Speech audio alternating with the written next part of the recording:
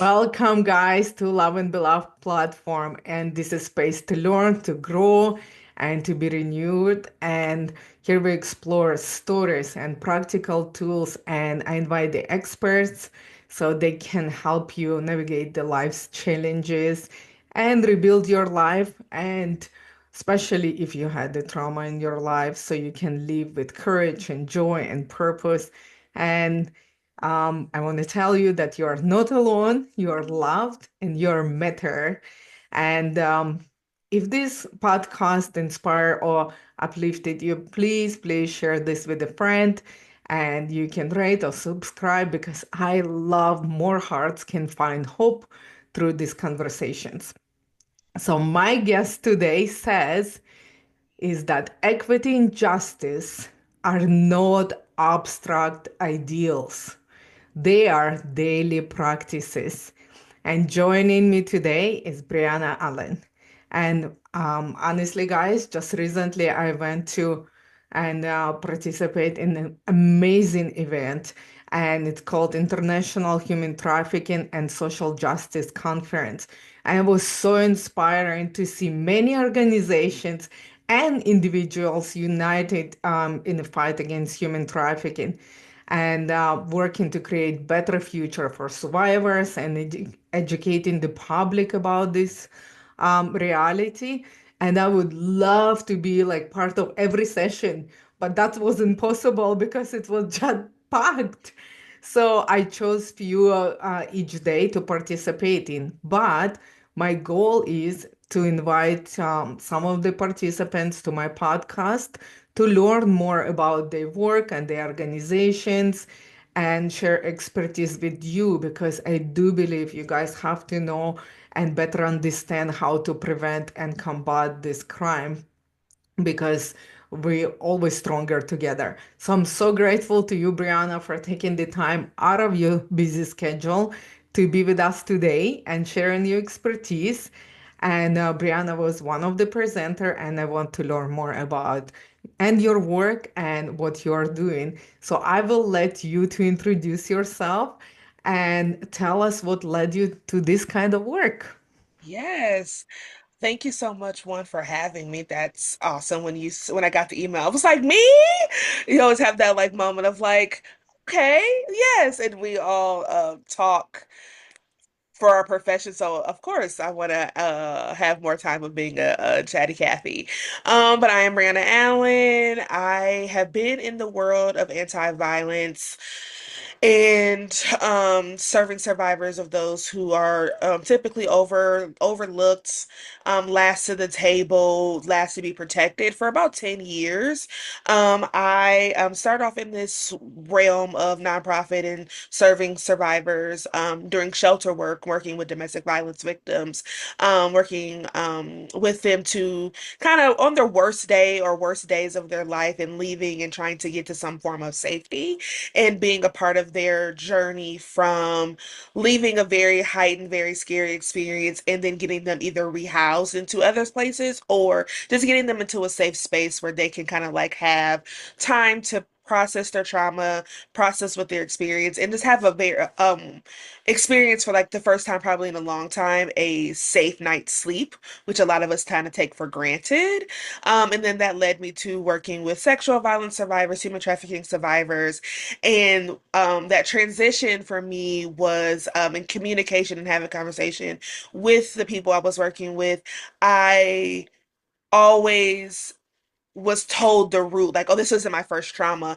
I was harmed as a child, or my mother was assaulted, and I kind of had that like itch to get to like, what if I could have met them at their first trauma Mm, and not this like sixth, seventh, eighth, ninth, tenth mm, trauma. And that led me to doing domestic sexual violence work and human trafficking work, would led me to be able to testify on the Supreme Court. It let me be a part of human trafficking operations. It has helped me support survivors of sexual violence and human trafficking across the state, which then led me to open and start my own consulting firm because I think it's great being, in the work and doing the work and leading those who are doing the work. But I think it's also important to train and cultivate a new generation of trailblazers because it's hard to train and do the work at the same time or lead. And sometimes when you're leading under organizations, you are kind of capped on what you can say in the conversations that you can have. So I created All In Consulting to have those real conversations with trailblazers who are like, we want to cultivate real change. We want to dismantle oppression. We want to even with the conference that we attended, having real conversations and like dismantling myths and having real holistic programming so that we can one day live in a society where human trafficking doesn't exist. That's amazing. And I love how humble you are because, guys, this woman is the powerhouse and an expert because Breanna Allen holds Bachelor of Criminal Justice and Master of Public Administration. And she's a founder, All In Consulting, and she recognized trainer and consultant and advocate for over a decade of the about the equity and survivor center services. But the coolest part that she's working and with nonprofits and with the government agencies and different coalition nationwide to design strategies and plans and build impact that and create the measure framework and deliver trauma-informed and anti-oppressive training. So I have to sing you praises, lady, because you're fantastic. Like you open and kind, and even the fact that you saying, "I wish I met this person," like before this happened, and that's what we're talking about, guys.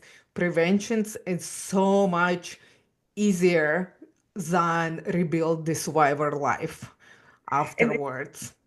it's so funny because even getting into this work, I went to school to be a dentist. I was just so obsessed with teeth, which is crazy to say, but I could not pass organic chemistry to save my life. I took it twice and I failed by 1 point. And my mom was like, okay, Everything has a purpose. everything has a price. So I'm like, okay, I believe in you. I'm not saying that you can't do this, but you've taken this twice. It may be time for you to Yeah. think about other Mm. degrees to pursue.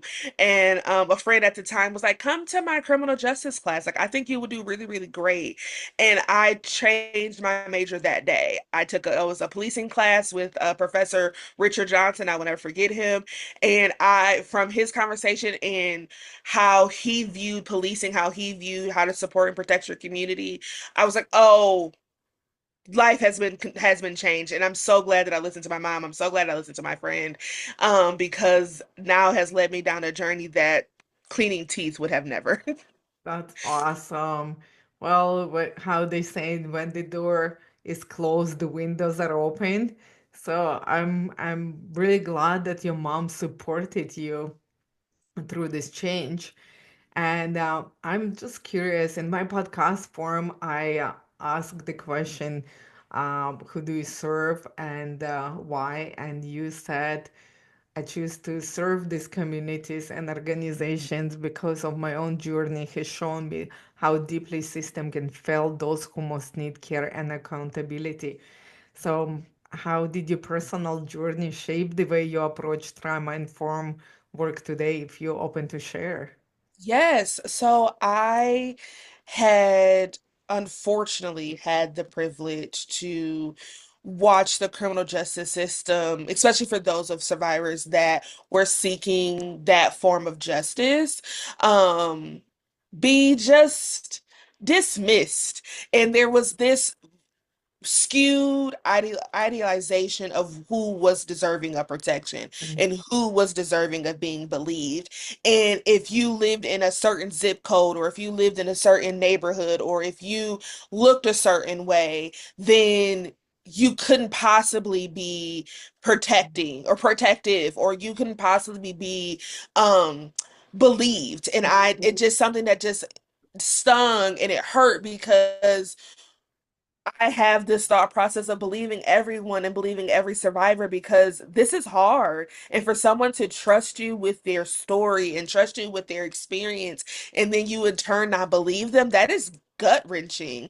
And it became kind of like I don't know, like a thing in my body was just like, okay, I have to dismantle this, and then to dismantle it, I have to get to the root of it. And the root of it is racism Mm, and wanting to be around people and cultivating a space where I was obtaining the knowledge firsthand because I started off as an advocate and then I was a manager and then a director and saying like these are lived experiences and then also bringing the people who were having the lived experiences into the conversation and then creating space for real change um, because I could be one of those people. The people who are in my family, it could be one of those people. And I will never forget, I went to a training, and at the end of the training, the lady put a picture up of her children. And she said, these are my kids. And one day they may not smell good. One day they may not look like themselves. They may not be in their right mind, but they're mine. And I want you to look back on this training and know that, oh, I knew your mother, or your mother gave me this amazing training. Let me give you that kind of care. That's the lens that everyone should have. That it could be your child, it could be your friend, it could be your whoever, put whatever adjective in that blank. And that's just how we should navigate it. That's how we should come into this session. But the biggest reason I was like, okay, I have to do this is that I was in the police department, and the person I was working with, I was her advocate. She was disclosing her harm, she was disclosing her trauma, and the officer at the time looked at her and said, well, where do you live? And she said, a not so good neighborhood. And he said, oh, we can stop the interview here, because for people who live on people who live in that neighborhood should just know that rape is going to happen to them. mm, yeah. And it's just like, who says that? That's funny you saying that because that's exactly what happened to me. I went to the police to report the rape and they asked me where I live and I give them my address, and because police call so many times to domestic violence, abuse, rape, alcohol, like discord, neighbors were calling, so my address was on their file. So he's like, "Oh, you from that home? Pfft, Yeah, okay, that's your fault." yeah, And that was mind blowing because I was like what, like 15 years old and nobody ever partnered up with me. No police, no the doctors when I wake up in emergencies, like with concussion, broken bones, like rape, like physically they can see that I've been abused. Like nobody called the police and saying, you know what, we have this kid in the mhm, hospital who not even like 16 years old going through that stuff because they just see my last name and they like, "Pfft, that's your own fault." yeah, Like that's so bizarre. Like and then I actually from the rape I got pregnant and had the child. I didn't know I was pregnant and I lost her when she was 3 months old. And there was so much anxiety and grief and this depression. Like there was no adult yeah, come and advocate for me, and even thinking like, wow, this kid like going through hell, let's do something. Like where was those like social yeah. services, where like any services?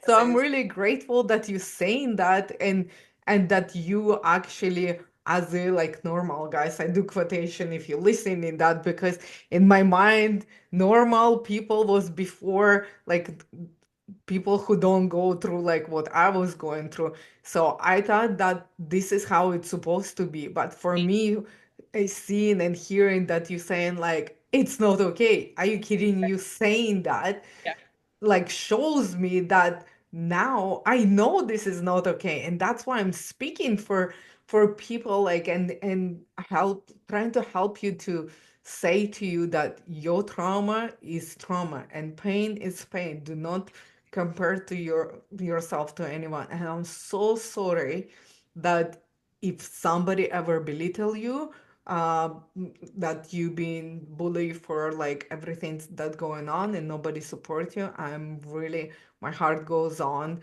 for you, and I hope and pray that you have people to share this pain with who can help you, support you. And if you go through anything like this right now, please seek help, because there's like there is help. That there's one that police officer, but there's another one who will listen, Yeah, and there's gonna be people who listen. absolutely. And I think that like that was like the driving point of making sure, because at that point I felt like I had failed that survivor Mhm. because I didn't know that is what to expect. So that kind of innated that like dismantling within and Mm, creating a space of like preparing my survivors like, hey, unfortunately you mm, live in this area, you live in this police department's zone. yeah, This is what you may expect. And having like that was kind of like the start of like mm, trying to dismantle this harm of yeah, like preparing the survivor for what they may have yeah. experienced. It's very And helpful. yeah, and then on the other end, kind of collecting all this data and all these experiences and these kind of like points of contention, and then creating trainings and creating spaces, because then no one wants to be called out of saying like Mm, you did this or you're a racist, mhm. but people do want to be called in because most people who are doing this work want to do it right. And like all these experiences came and I was like, hey, these are what people who look like me are experiencing. I know I don't want to believe that that is true.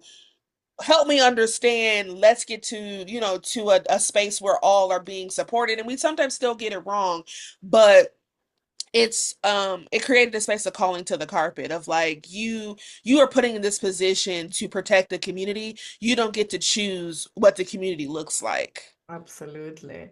And it's so interesting that that you say the phrase that most of the people who want to do this work, they want to do it right.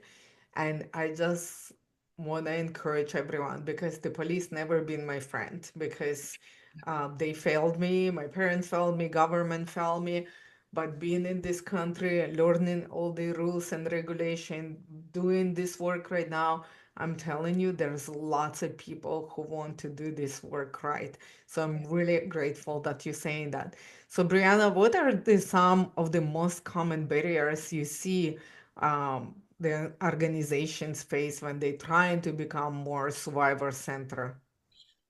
For organization lenses, I think that still being, I think the biggest hindrance is still having a very outdated viewpoint on what survivorship looks like. Mm, And then at the same time, you are letting grants and federal and money, um, lead your organization instead of the survivor centeredness leading your organization. mhm, Third, I think it's also exposure. So going from the top, I think that there's a very colonial lens of having of like survivors should cry on cue. They should report their harm immediately.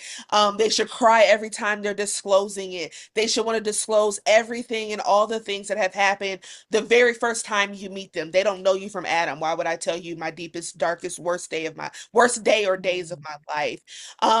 And then also that because they're seeking us out, they should be consistent in engagement, and that also is mhm, not true. So I think the very biggest thing is mhm, very outdated viewpoints on what survivors look like, and then also very outdated viewpoints on what advocacy and justice looks like. Not everyone wants to go through the criminal justice system. Not everyone wants to go to the police department. Not everyone wants that form of justice. So, does your organization have transformative justice programming for those survivors? Some survivors just want to say what they experience, maybe attend a group, attend a support space, get other additional services, because unfortunately, sometimes our harm or our trauma is not our biggest issue mhm, or our biggest barrier that we are experiencing. Yes, I was assaulted. Yes, I have this worst thing that happened to me, but I'm homeless. Hmm. or the person that did this harm to me, I live with. Yeah, it's I still cannot, there. I'm Hmm. still there. Or I have kids. I'm living paycheck to paycheck. I'm in poverty, especially now in the climate that we're living in now. People are not having their benefits that they need given to them. So this is not my biggest trauma. My biggest trauma right now is, can I get bus fare? Can I feed my children? And is your organization equipped to handle that version of that person? Because if you can handle kind of their Maslow needs, then you can kind of eventually get to the other roots of trauma. So, like, if I can get my immediate needs addressed, and then maybe one day, yes, I could talk about this big trauma experience. But you want me to come to the police department, you want me to come to court, or you want me to do these other things, when how I'm going to get there? Yeah, and some of the courts go like very lengthy, and it's just very overwhelming. Not only relieve your trauma all the time, but sometimes it just take very, very It long takes a long time. time. Yeah, And it's good that you're saying about those practical needs because even it's funny, I'm thinking like all about the psychological trauma, all about the emotional, physical support. I'm thinking like from this point of view, how the police, the government, and organization would look at it. But it's so cool that you explain in all the practical part of you that I didn't even think about it. That's very awesome. Thank you for sharing that. That's really eye-opening because sometimes we're looking like in one side of the picture, but it's so much bigger how we yeah, can cover this actual practical means and ask the person, what do you need right now, rather than saying like we need you to do this. yeah. And then even I would never too we'll talk about like how grants leading and things like that. But when you're talking about expect right now needs, I will never forget I had a person who came into the shelter when this was many moons ago, but she came in the dead of winter. We're talking like 2 weeks before not even Mm, 2 weeks, maybe like 3 days before Christmas. mm. And she didn't have shoes on her feet. Wow. And we live in I live in Ohio, so it's Mm, cold in mm, December. The ground is freezing. And instead of saying, "Oh, you now you have someplace to stay and you're safe," mhm, and thinking like I've, magic wand and fixed everything, I asked her, I said, "What do you need right now?" And she didn't even say like, "Could I please have some new shoes?" She said, "If I could just have paper towel to wipe my shoes off, like wipe my mm, feet off." mm. Wow. That like needing true, if you are going to lead an organization, you need to lead holistically, and that means looking at the people, looking at the community that you're serving, and service what they Mhm. need right now. um and And also ensuring sometimes, that, one second, Brianna, I like to interrupt you. I'm sorry. So, what come to my mind, service what they need right now, but you have to ask them what they need because you think like what they need right now from your point of view, you need to ask what they need, and then offer what you can, and then above and beyond what you can serve them with. Because absolutely, I did encounter that kind of situation too, because I think I know what they need, but it's end up completely different things. So ask them and research, do all the legwork and serve where like how they need to be served.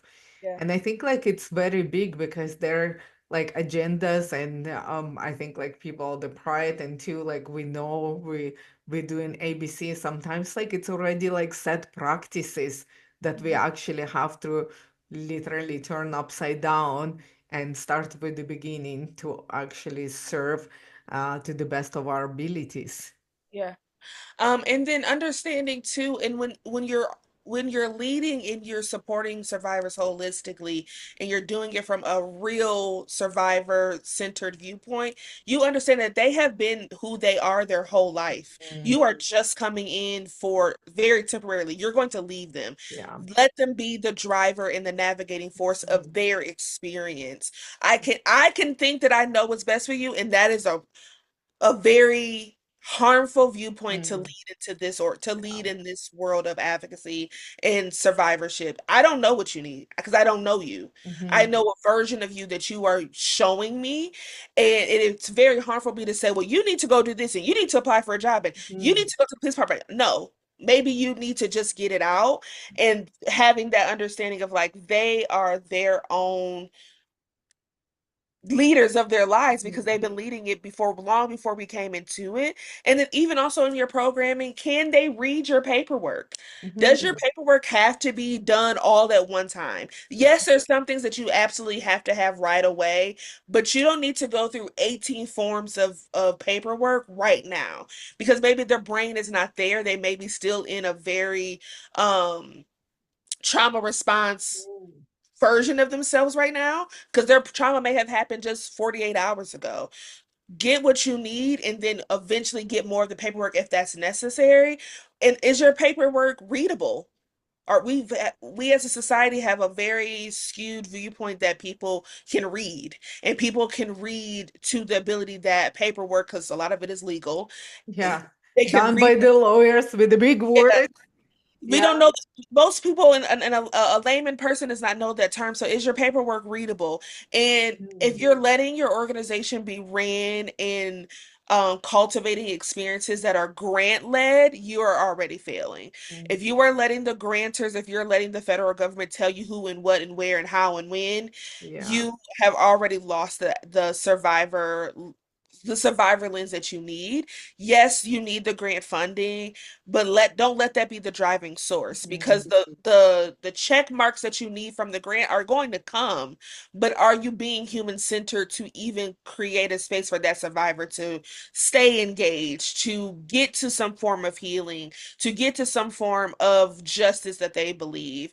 And then I think my third point, I can't remember what it was, but I think that also pouring into your department, pouring into your teams. Doing this work is not easy. And if you're saying, "Oh, this is hard work and you should do it because you care about people," yes, but you should also care about your department. Are you creating a space for, especially for the people who do this work are typically survivors, are you creating a space for them to come as their whole holistic self? Are you paying them not just what you think they're worth, but what they deserve? Do they have transparency within um team meetings? Are they a part of the decision tree? Just creating an environment where, again, those who are over talked, those who are less to be protected, have a space to be their authentic self. Yeah, that's amazing. Thank you so much for all those points. And honestly, this is what cool was about the conference too. Lots of people who doing this work actually survivors, the people who understand trauma, who literally can say, I know how you feel. And that's what's cool about making a decision, because if you have this kind of people on your board or whatever decision making, they can say, I don't think like this is gonna work, because in this situation, even you were talking about the legal documents. When brain encounter trauma, you cannot read, understand, and comprehend everything to make a decision and to even answer the question and even understand the paperwork. Yeah, So, because like, only like uh, the person who goes through trauma and saying to them, well, this has happened to me, and then I read and nothing happening. I don't think that is constructive solution for that. Let's figure out how to make this better. yeah, So honestly, that's why we really need any survivors at the table, and we need to learn. Another interesting part, we were talking about trauma-informed therapy.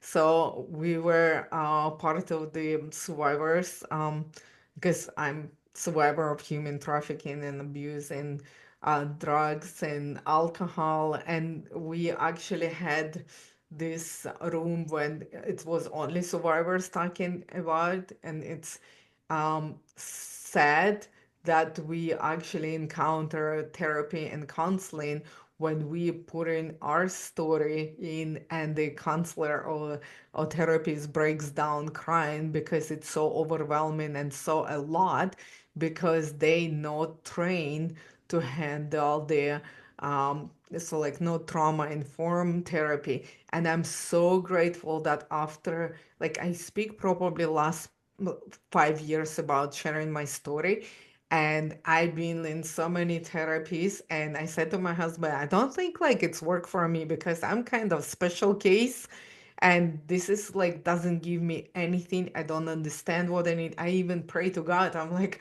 just show me where to go because I know I'm not okay, but this is not enough for me because like it's something else. And last 5 years, this word start coming out: trauma informed therapy, trauma informed counseling, trauma informed. I'm like, thanks God that people waking up that where's the trauma. There's have to be different training, different awareness, different approach. And the person who is sitting opposite of the survivor or victim, they have to realize what kind of baggage they gonna take on themselves.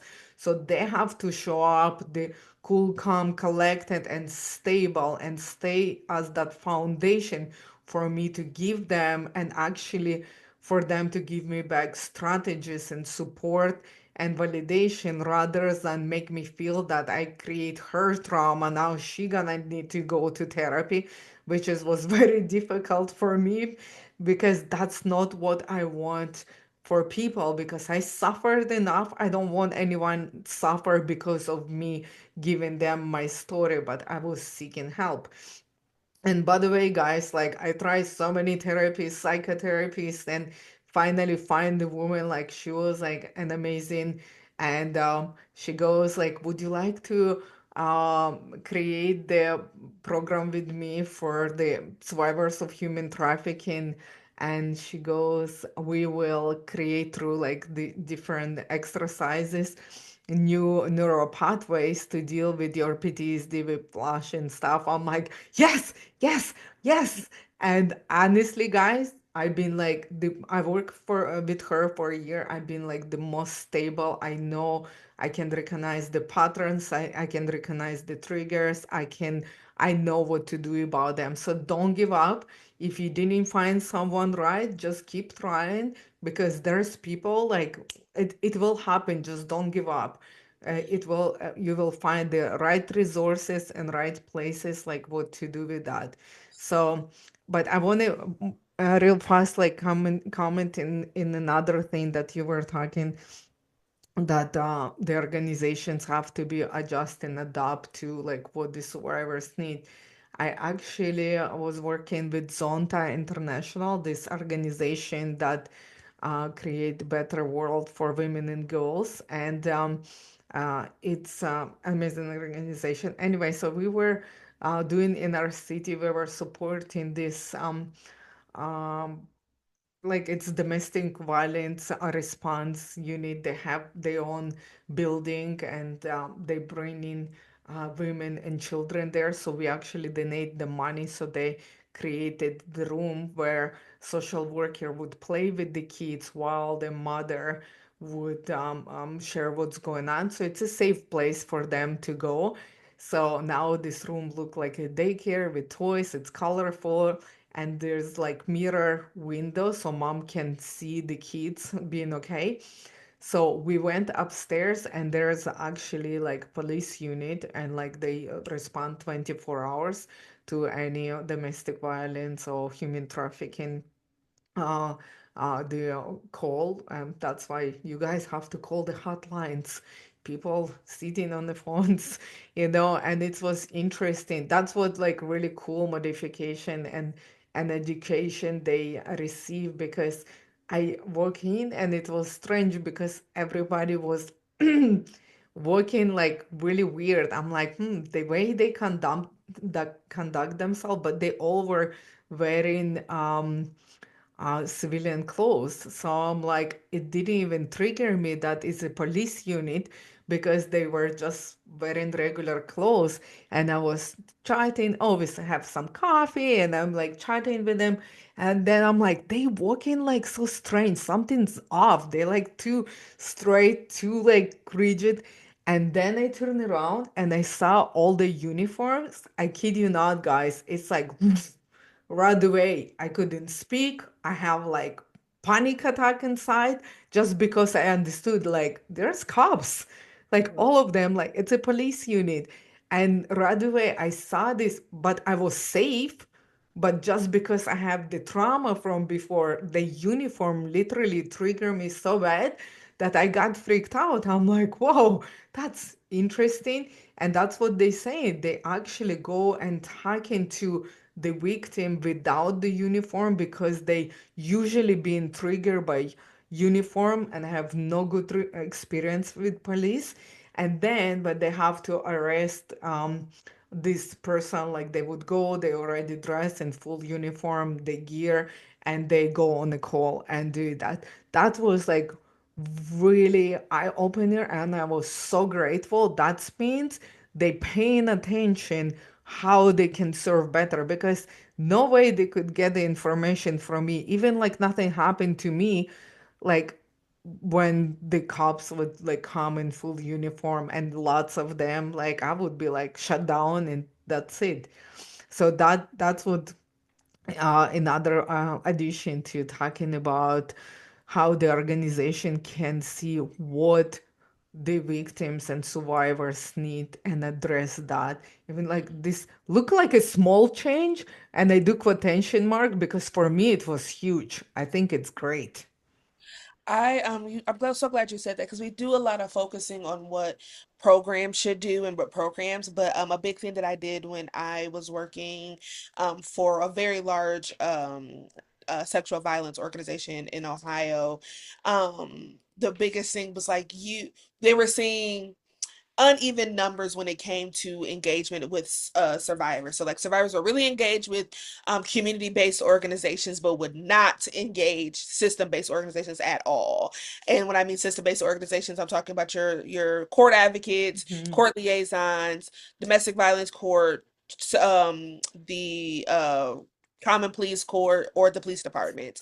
And they couldn't understand why. And I was like, because you're asking people to come to this very dark, very weird, very creepy, very gray police department, because typically sexual violence departments are inside of a police department, and you have to go past metal detectors and people in uniforms and detectives, and there's guns, and also this is a public place. There's most courthouses have multiple courts in one building, especially in this city that I was in.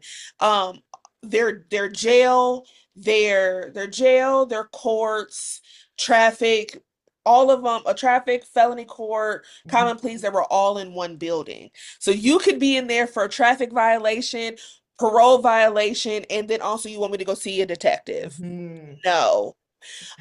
So a big thing, they were like, well, they're not engaging with us, and they no Mhm. show, and I'm like, leave your building. Mhm. Leave your building. And a lot of our police department said, and are you on a bus route? No. Not everybody has a car. Not everybody has means of Yeah. transportation. So call and see what works for them. Hey, can I meet you at the McDonald's, or can I meet you at the local library? Get on a even playing field that's not triggering. Come to your local advocacy departments and saying, hey, got a survivor. They're not really engaged with advocacy. Really trying to meet with them. Is there any way that your advocate can be free and we can meet on your turf? We'll pick them up. We'll bring them over, talk, like make it so that it doesn't feel like I'm in the wrong or I'm the bad Mhm. person. And also no one wants to go to the police department. Even a person who's never been in trouble before, me, I've never been in trouble with the law, and that still gives me a level of anxiety because I'm a person of color, and I'm going to walk in as a person of color, and you may not know that I'm a survivor, you may not know I'm here to report, and you instantly may, out of your own training, treat me like a criminal. Mhm. Now I'm uncomfortable. So it's important to meeting survivors where they are. Isn't this about making sure that they have the needs of, whatever, but it's also truly meeting them where they are. And where they are may never be your police department. It may never be your prosecutor's office. It may be in the community, and then lead up to that. And then also create a space to get to know your survivor. You can't come in first meeting like, so tell me everything. Yeah. Tell me about the worst day or days of your life. You don't know their name. You don't know what they had to do to even get here, and you want them to just regurgitate what they experienced. You have to build rapport, and truly, when you do build rapport, then your survivors more likely to stay engaged. The studies show that, and then also, I think it's important to let survivors come into situations how they want to talk, how they talk, what verbiage they use. Let them have that moment because it's Mhm. theirs and they've been stripped of so much. Let them pick the seats. Let them pick the time that we meet. Let them pick the day. Let them have some voice and choice in it because when they're engaging with services, it is already very hard, or not even very hard. It's a lot of the things they don't get to choose.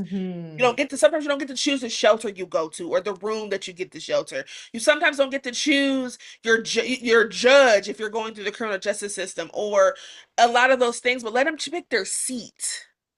Let them pick the time if they can, pick the time and day that they can meet. Let them have some voice and choice in the experience and let them come. I would never forget I had a prosecutor who was so mad that the survivor who was and she was a kid, she was like 11 years old and she was using adult language and she was cussing and she was talking about her experience and the prosecutor was like, I just need you to talk like a little girl. She's Yeah. not a little girl anymore. Yeah. She is a little girl. I take that back. She is a little girl, but she has had she was a foster care child who was moved from her home because her city did not have enough space for her and moved to a whole different county and then put into this group home, and when she was at the group home was not a good place for her and kids would just leave, and because they were a no touch group home, they were allowed to leave. So, and when she left, she was assaulted. And then she came back to the group home, but she had lived lives that I could not even imagine at Mhm. 12. And we're telling her, you should just talk like a young, nice, polite little girl. She's seen things and done things that I cannot imagine, things that Mhm. you see on TV, and you're trying to police her language? Yeah. No. Let her talk how she wants to talk. And that again creates a rapport because they feel safe. And that's the most important thing is that people who are engaging with us feel safe, and not just physically safe, emotionally safe, psychologically safe. They know that when I'm here, I can be my authentic self. That is the most important thing. That's awesome. Thank you so much for pointing this out because that's what I'm thinking like about myself, like, about the choice because I was stripped with so many like human rights. I find out that I have rights. I was 25-year old, to like, and to my choice, there like was hardly anything my choice. So Hmm. that's so, like, maybe for someone it's like so little, but for me it's big. And now I'm thinking that's why my probably husband call me right now Goldilocks, because I know exactly what I want, how I want, because I have to figure out at 25 what do I want, where I'm going, what like. And some people dream like since they are kids. Oh, I'll do this and I'll be that. And I choose my sex and I did like there was nothing for me. So I was brainstorming ideas. What do I want? And now like I know exactly like after all these years, like pushing 50, I know exactly what I I want and know where I'm exactly going. what I want. And another thing that you say when people don't know your name but they try to figure out like or ask you like this personal question, even now I will shut down if somebody like not like try to like learn about me, in the beginning, like there's never gonna be next step, you know what I mean? So that's definitely for everyone. I think to the most important to treat you as a human, not as a survivor or trauma. So Or that's a checklist. oh, Yeah, like, oh, I checklist. got to talk to her, I got to Yeah. talk to them, or that's very harmful. And we feel that. It's the Mhm. same thing if you go, I say this all the time in trainings. I said when I love Chipotle. I could eat Chipotle right now. And I love food. I'm a foodie. And you know when you feel welcome into any Mhm. restaurant or any establishment, and that makes you more eager to return. It makes you more Yes. eager to enjoy your experience and try new things and be excited about what you're about to experience. But you also know when you're not wanted at that restaurant, whether it's Chipotle or fine dining, you feel the energy is off. You're like, I don't think I should be here, or I don't feel like I'm welcome. That's the same thing. And you're more Yeah. inclined to tell somebody like, oh my God, I went to this restaurant and it was amazing and I had the best server. Ask for so and so and I had this and I had that and it was so good.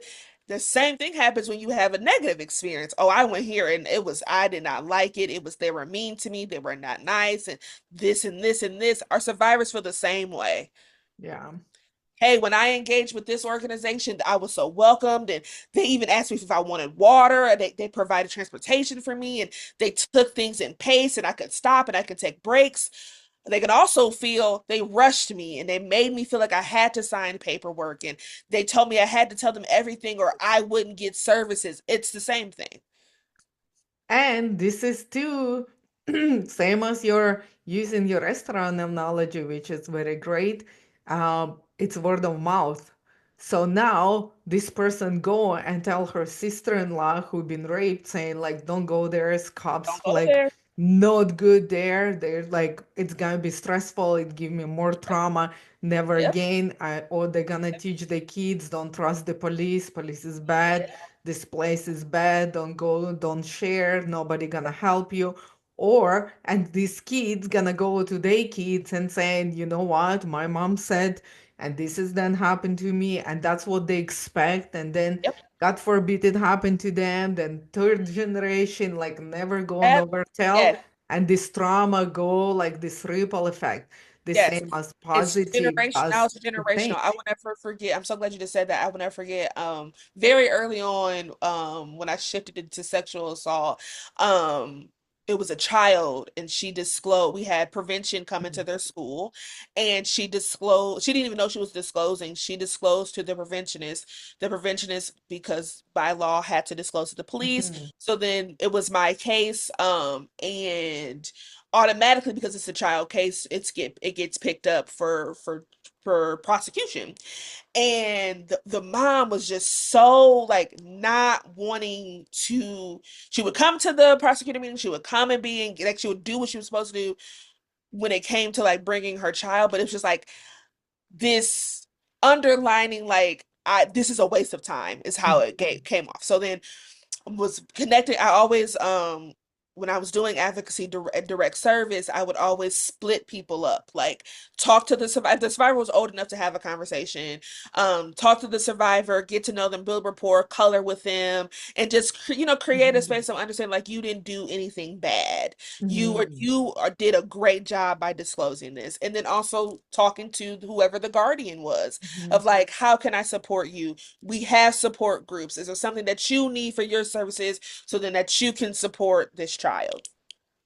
And the mom was like, I don't understand why you're doing all of this. Um, I don't understand why you're doing all this and making this such a big deal. Nothing's going to happen anyway. Mhm. And I said, well, where is that coming from? Yeah. How did we get here? And she said, I was assaulted and nobody cared about me. Yeah. My mother told me she was assaulted and Mhm. nobody cared about her. And then my great Yeah. grandmother said to my mother that she was assaulted, and it was generational of like, no one cares Mhm. about you. And now it's your, she was like, so with my daughter, I'm fine. My mother's fine. Her Yeah. grandmother is fine. Her great grandmother's fine. She's going to be fine. I don't understand why this is such a big deal. And that generational deposits, she didn't even Yeah. realize that like somebody failed you. Yeah. It was important. It did matter. You did matter. And she did get her version of criminal justice. And even the mom at the end of it was like, I'm so glad Mm. you created a space for me to be vulnerable, because then now the mom Mhm. got her own help and got her own Mhm. therapy, which then created the grandmother. At the end of the case, the grandmother was like, Make me like teary now because yeah, that's how we break that yeah, generational trauma and how you said too that most of the people who show up to do this work, they want to do this work well. yeah. Um, And even at the end of it, the grandmother was Yeah. like, "So am I too old to get services?" And I'm like, Mm. "You're never too old. You're still That's drawing awesome. breath. We can get you services too." So it's just like you don't know who you're coming into or who's Yeah. coming into your space. And that generational fear, that generational trauma, that generational expectations Mhm. or mind frames are real. And people are afraid. People are scared. People don't feel like they are worthy of justice, and you have to be able to dismantle and combat that. Absolutely, especially like if you're in a place of power, this is your job, like leave your pride at the door and go serve because that's what you choose to do.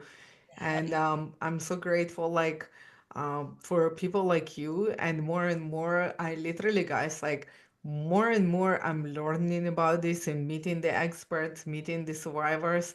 Like, people are good, and trust me, after half of my life living in hell, I would never say that.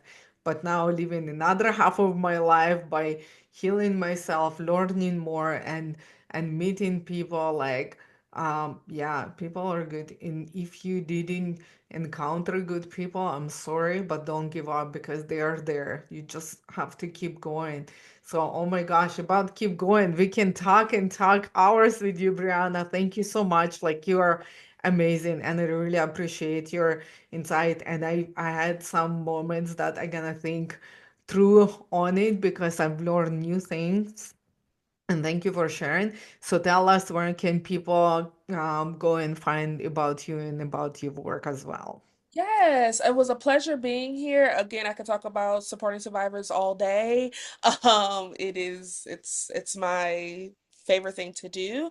But I am on Instagram, our Instagram for trainings and conversations and how to support survivors is B as in boy, E all in ALLEN underscore. We're on Instagram. That is where you can get to see if you want to hear me talk, that will be on there. How to support survivors will be on there as well. And then also how to take care of yourself doing this work with I do a series called Sunday Scaries every Sunday, and I'm showing like how you can support your own self to ensure that you can come 100% for the work week and supporting and how to support survivors and supporting yourself. That's awesome. It's such an important information. And I don't know if you would be open. I have on my podcast, on my website, I have resources, Uh-huh. and it's free resources for people coming through through my website. They can take it, they can learn.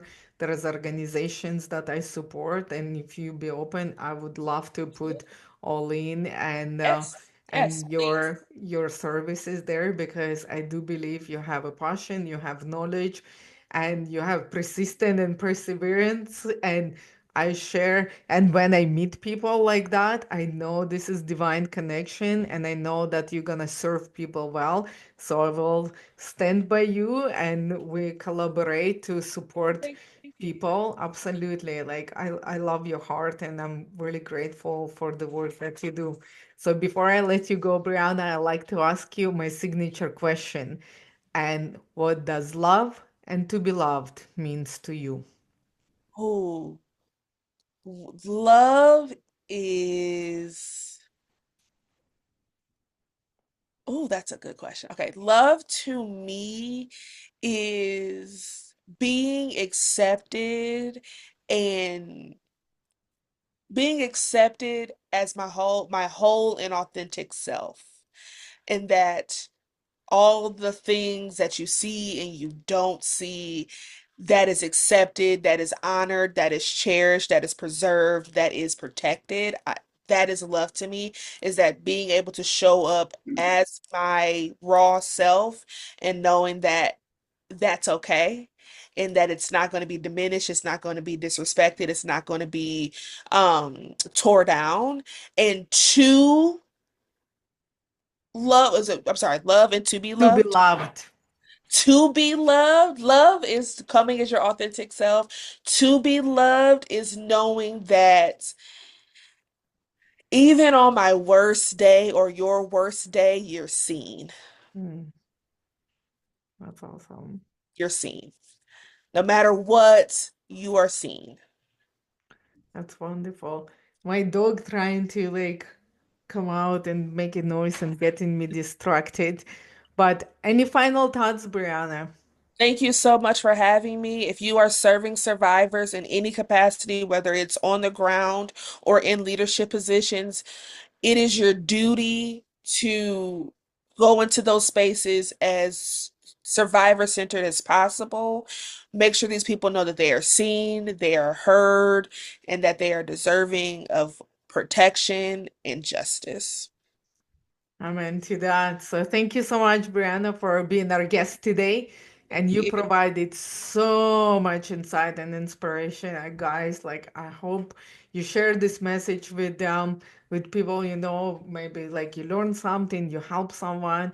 And I really appreciate you sharing your Thank wisdom with you us. so And much. one more time, guys, Breanna Allen holds Bachelor in Criminal Justice and Master of Public Administration, and she's the founder of All In Consulting. It's a nationally recognized like trainer and consultant and advocate for over a decade of the experience and um, advancing equity, survivor-centered services. I don't know if you guys like hearing my guys, oh my guys, my kids like arguing about something and drive my I hear dog nothing. crazy. I literally, it's so funny. That's called working from home. And before I was like so upset, but now I'm like, this is life. And for some reason today, exactly when we're recording, it's like PD day and they are talking there about something probably like not super important, but they twins, they always find something, and this dog is distracting me. So I'm sorry about that if you hear any noise, but again, Brianna Allen is advocating over decades about the equity survivor center services and she created organizational change and she has partnered up with nonprofits, government agencies, and she's creating strategic plan and build impact measure framework and deliver trauma informed and anti-oppressive training. So guys, like if you need this in your organization, call her please, because I'm gonna put everything in show notes. I include the links. It's gonna be on my website as well.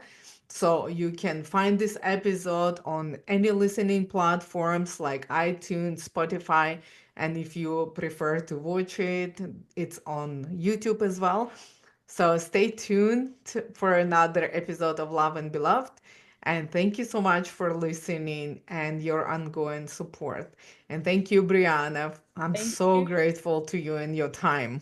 Thank you so much. All right, guys, stay healthy, stay safe, love and beloved.